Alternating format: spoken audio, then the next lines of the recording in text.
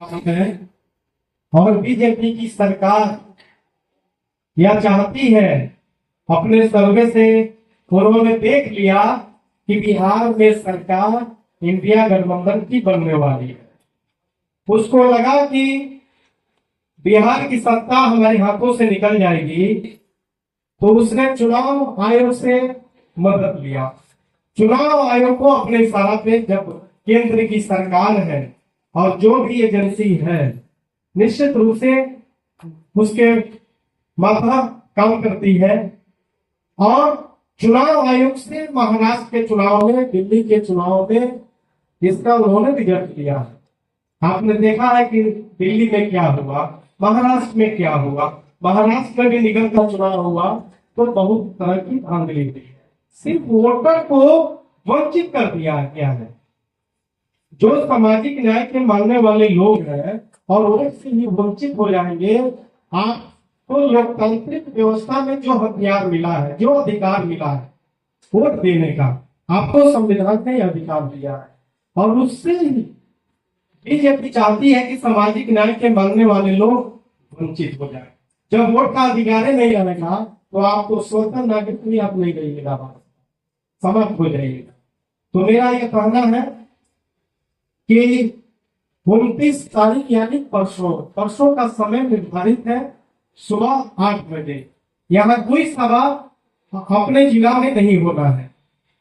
यात्रा उनको करनी है, वोटर अधिकार यात्रा जिसका नाम दिया गया है। और हो सकता है कि पैदल हमारे शीर्ष नेता कुछ दूरी तय करें। अगर पैदल दूरी तय नहीं करते हैं तो निश्चित है कि गाड़ी पे बैठे हैं और गाड़ी बढ़ते जाएगी। और गाड़ी का जो रूट है, तो पल्लू भाई बता रहे थे कि छावनी से हो करके यह गाड़ी का कपड़ा हमारे शीर्ष नेताओं का काफिला पहुंचेगा हरिभट्टा चौक, गांधी चौक, जहां गांधी जी की मूर्ति लगी है।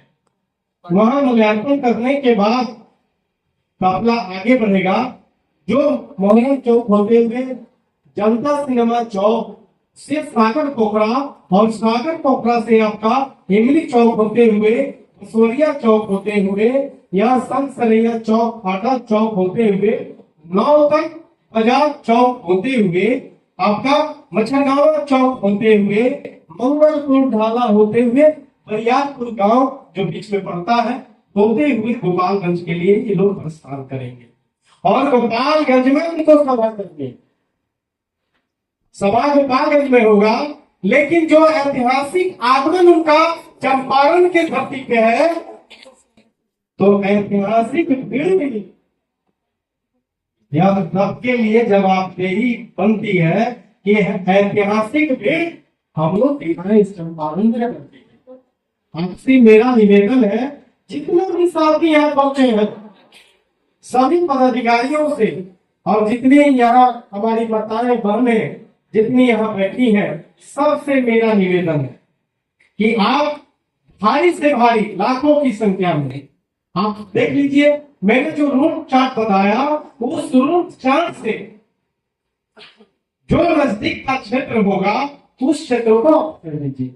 हरपट्टा चौक से होते हुए, पसवरिया होते हुए, नौतन खाड़ा होते हुए, ये खाड़ा होते हुए, नौतन बाजार होते हुए, मंगलपुर के ढाला तक, और जो भी साथी जो सक्षम है, अपना जो सवारी हो उस सवारी से आप भी साथ कम से कम नेताओं को देना जरूरी है। इसलिए और जितने भी साथी जिला में इकट्ठा होंगे, पूरे झंडे के साथ आप रहिए, गाजा बाजा के साथ रहिए।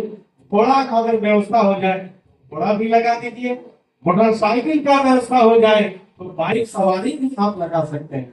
लेकिन 4 चक्का में हमें दिक्कत लगता है। 4 चक्का अगर आप 4 वाहन लगाते हैं तो वहां दिक्कत है कि फोर्स जाने देगा कि नहीं जाने देगा, वहां थोड़ा दिक्कत होगा। घोड़ा जो भी होगा, घोड़ा आ जाए वो तो आप आगे बढ़ा सकते हैं, और बाइक से भी आप निकल सकते हैं। लेकिन 4 चक्का वहां दिक्कत लगने की स्थिति है। कारण है कि फोर्स बाहरी फोर्स है। जब प्रशासन का पूरा जमोड़ा होगा, संख्या भी प्रशासन का ज्यादा होगा, तो इसलिए जहां सवारी की व्यवस्था नहीं है तो वहां हम लोग सड़क के किनारे खड़े होकर नेताओं का अभिवादन करें, यह जरूरी।